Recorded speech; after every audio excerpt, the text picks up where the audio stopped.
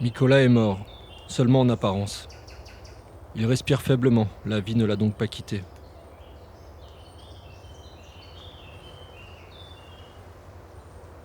À mon sens, la guerre c'est comme un œuf de caille à la coque fragile et collante. On croit pouvoir le tenir, mais au final, tout se brise et ça fout un bordel inextricable. Peu importe qui vit, qui meurt. Tout ce qu'on veut, c'est que le corps pourrisse. Mais il y a quelque chose de plus grand dans ce que vit Mikola. Plus encore que la simple erreur de jugement des soldats.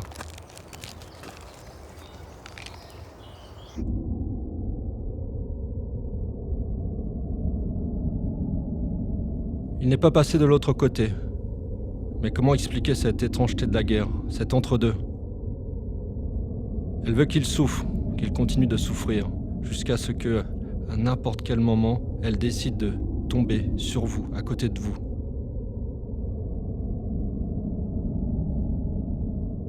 Cette guerre désunit des familles. La mienne, la guerre l'a emportée. Un jour, c'était ma mère. Puis mon père, mon aîné et mon cadet finalement. Au lendemain, Mikola se retrouva orphelin.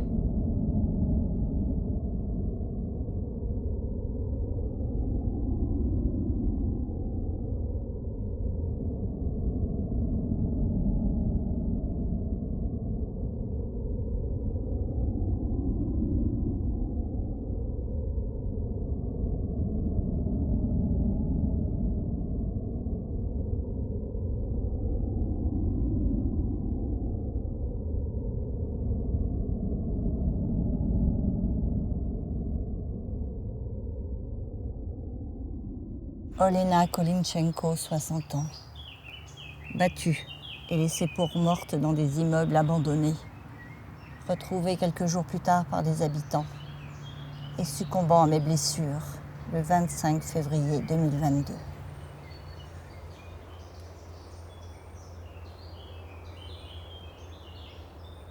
Vassil Koulichenko, 73 ans, mort le 2 janvier 2022. Arrêté par des soldats russes lors d'un contrôle routier, torturé et assassiné d'une balle dans la nuque. Dmitro Koulichenko, 25 ans, tué le 22 mars 2022, torturé et ligoté, exécuté d'une balle dans la poitrine par des soldats russes. Yevhen Koulichenko, 28 ans, tué le 22 mars 2022, ligoté, torturé et exécuté d'une balle dans la tête par les soldats russes.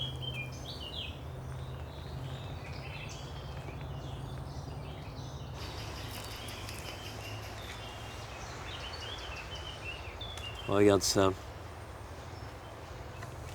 Il est raide comme un poisson dans la glace. On dirait qu'il attend qu'on détourne le regard pour respirer.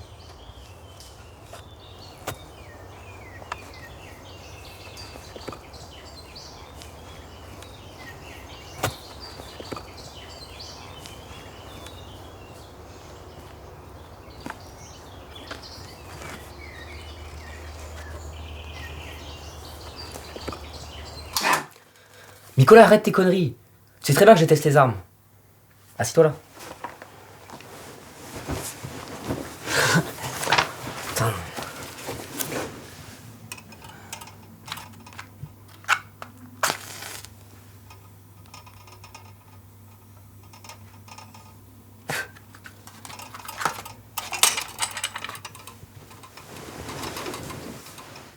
Yevhen était mon frère.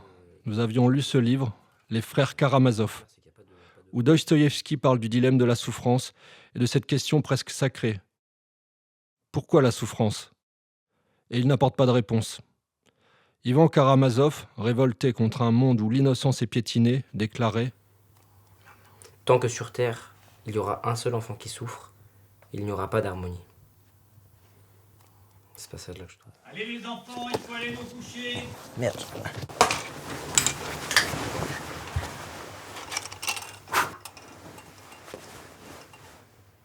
Tu sais, Yevhen. Ouais. Vous êtes mon harmonie à moi. Papa, maman et Dmitro.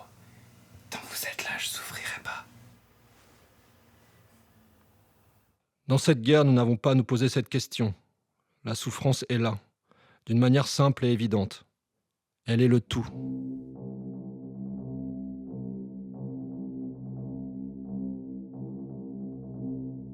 Nicolas est vivant. Les soldats l'ont par mégarde laissé ainsi. Nicolas choisit de se replier. Il choisit la terre, non pas comme un tombeau, mais comme un refuge.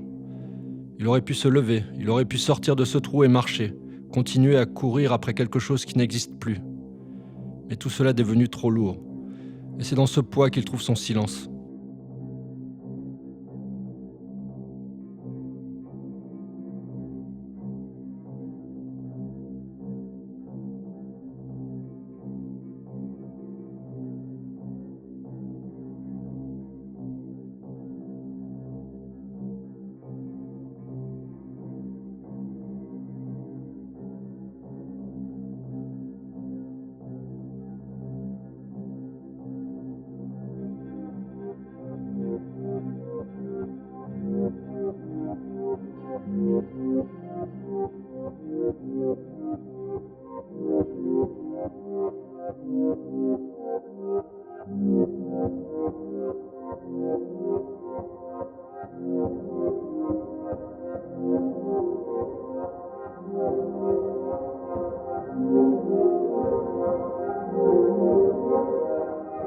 Tu te souviens des frères Karamazov? Cette phrase-là, celle d'Ivan. Si Dieu n'existe pas, alors tout est permis.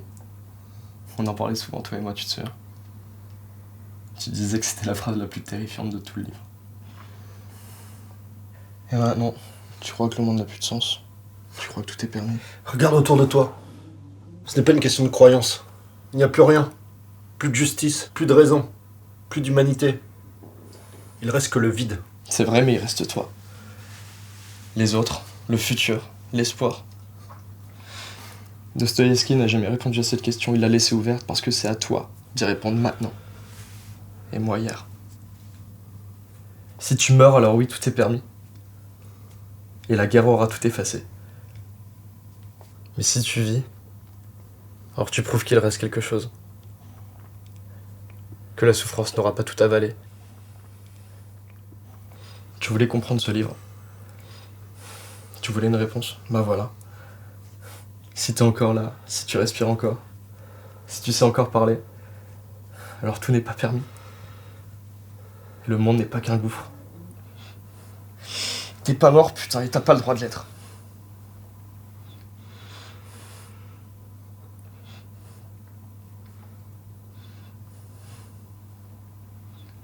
Les hommes sont responsables les uns des autres.